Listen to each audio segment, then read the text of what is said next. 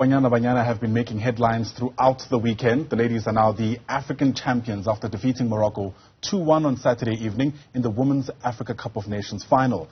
Their win has, however, put a spotlight once again on the issue of inequality within the country's sporting codes. So let's make sense of all of this for you now. Bring in our guest, Angelo, Fick, who's director of research at the ASRI, I beg your pardon, and he joins us via our video link this morning. Angelo, it's great to have you on the program. Thanks very much indeed for making time. You know, there's been so much discussion even before this final, the outcome itself, but often the reasons provided for why there's unequal pay between Banyana Banyana and Bafana Bafana is around sponsors not being interested, as it were. But does that go far enough in addressing some of the ethical questions around this inequality? I don't think it's just a question of sponsors, and I think the sponsors reflect the deeper lying problems, which is the inherent sexism of a patriarchal society like South Africa. And it's not just in South Africa that women athletes and women generally have had to fight for equal pay for equal work. We've seen this in international professional sports. Let's not forget the contribution of the Williams sisters in tennis. But we've also seen it in football, or soccer as it's called in the United States. And we've seen it in other forms of sport like cricket and rugby in places like Australia and New Zealand.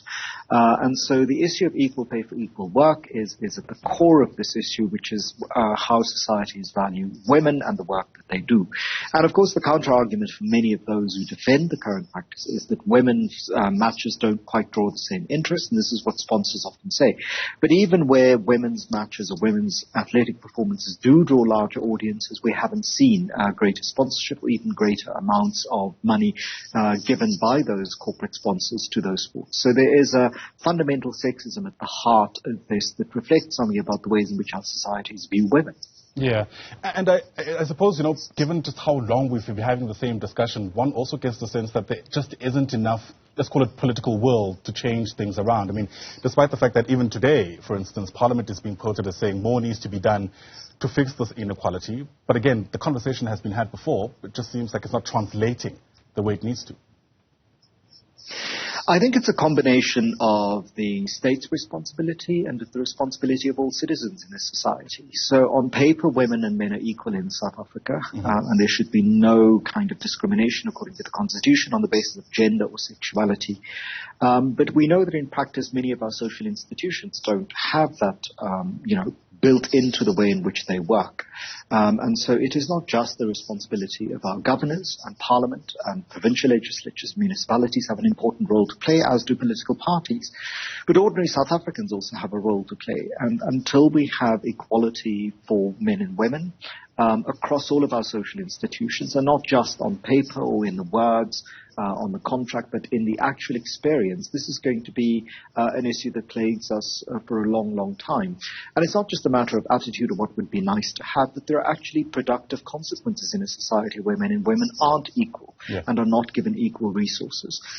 We can think of the quality of education delivered to women and men. If women's experiences are marred by issues of sexual violence, by denigration, and by what increasingly are called microaggressions, and the kinds of knowledges and skills that we're losing out on because women are not able to fully actualize in our society through these institutions. And they include institutions like religion, the family, and parts of the economy.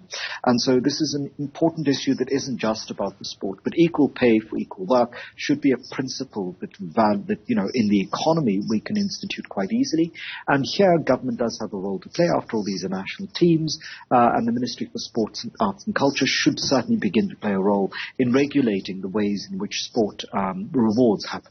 Yeah, speaking of rewards, I mean, part of the conversation is around how we reward excellence. And we've seen Banyana Banyana displaying multiple times moments of excellence. And it seems, at least on the face of it, this doesn't necessarily draw the kind of rewards that Bafana Bafana would get for, again, doing the same work.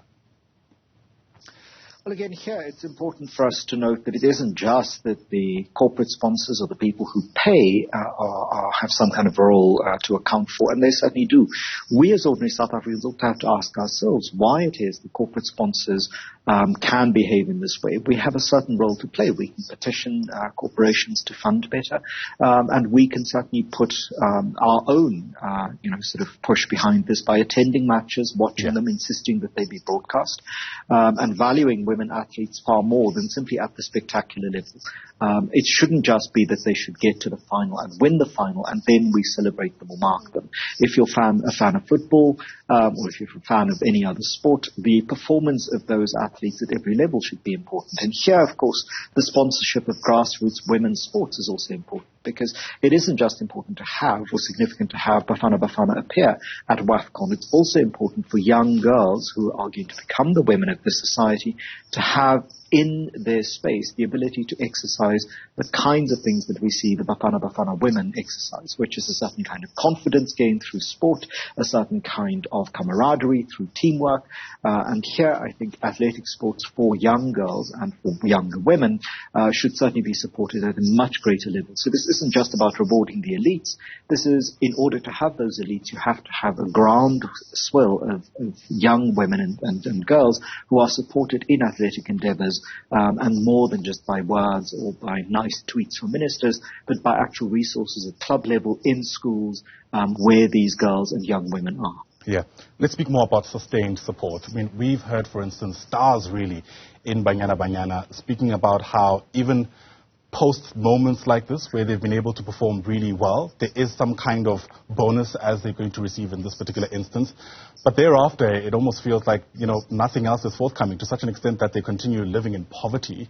How do we make sure this is more sustained and not just sometimes a fleeting moment of euphoria around this team?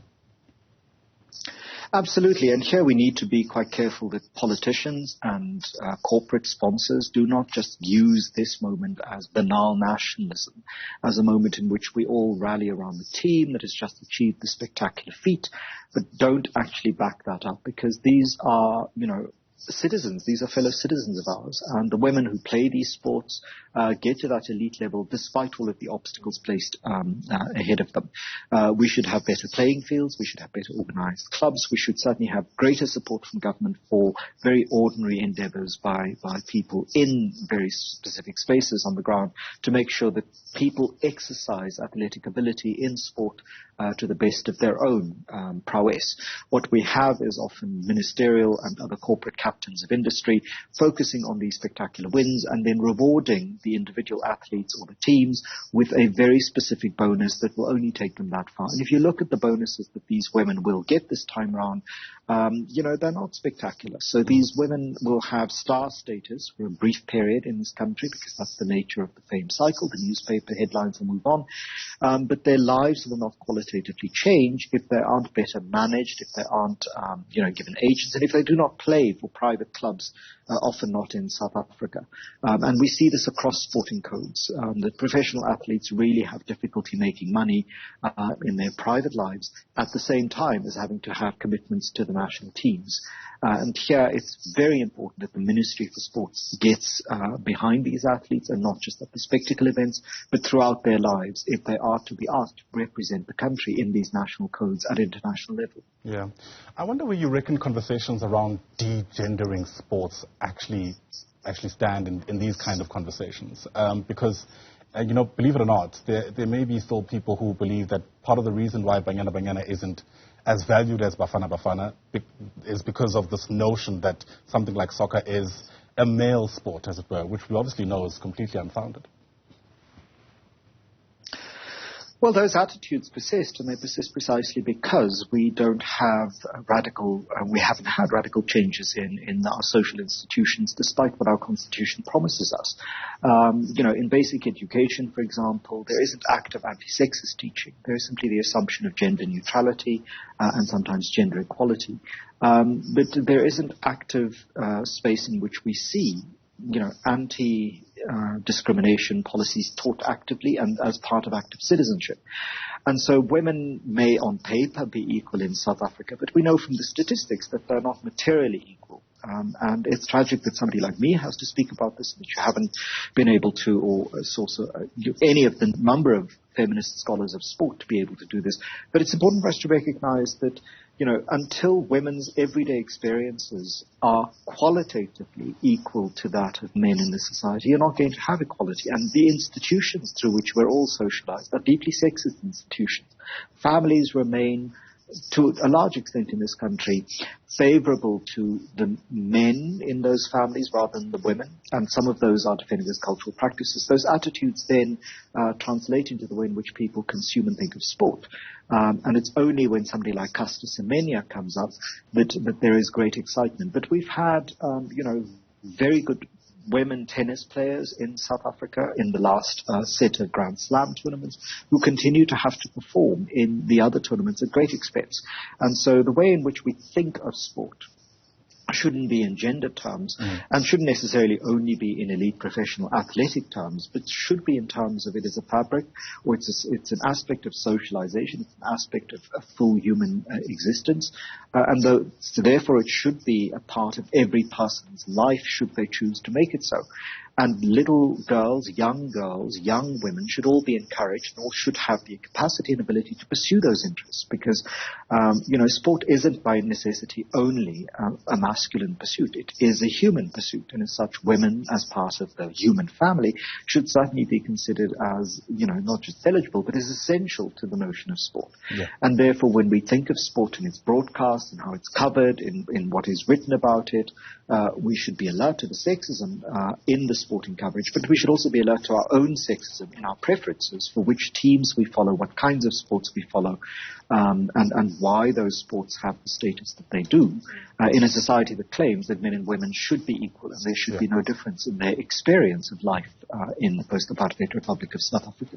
Always insightful. Angelo Fick, great speaking to you. Thanks very much indeed for your time. Really do appreciate it. Angelo Fick is director at the research the All Socio-Economic Research Institute. Once again, Angela, thanks very much indeed.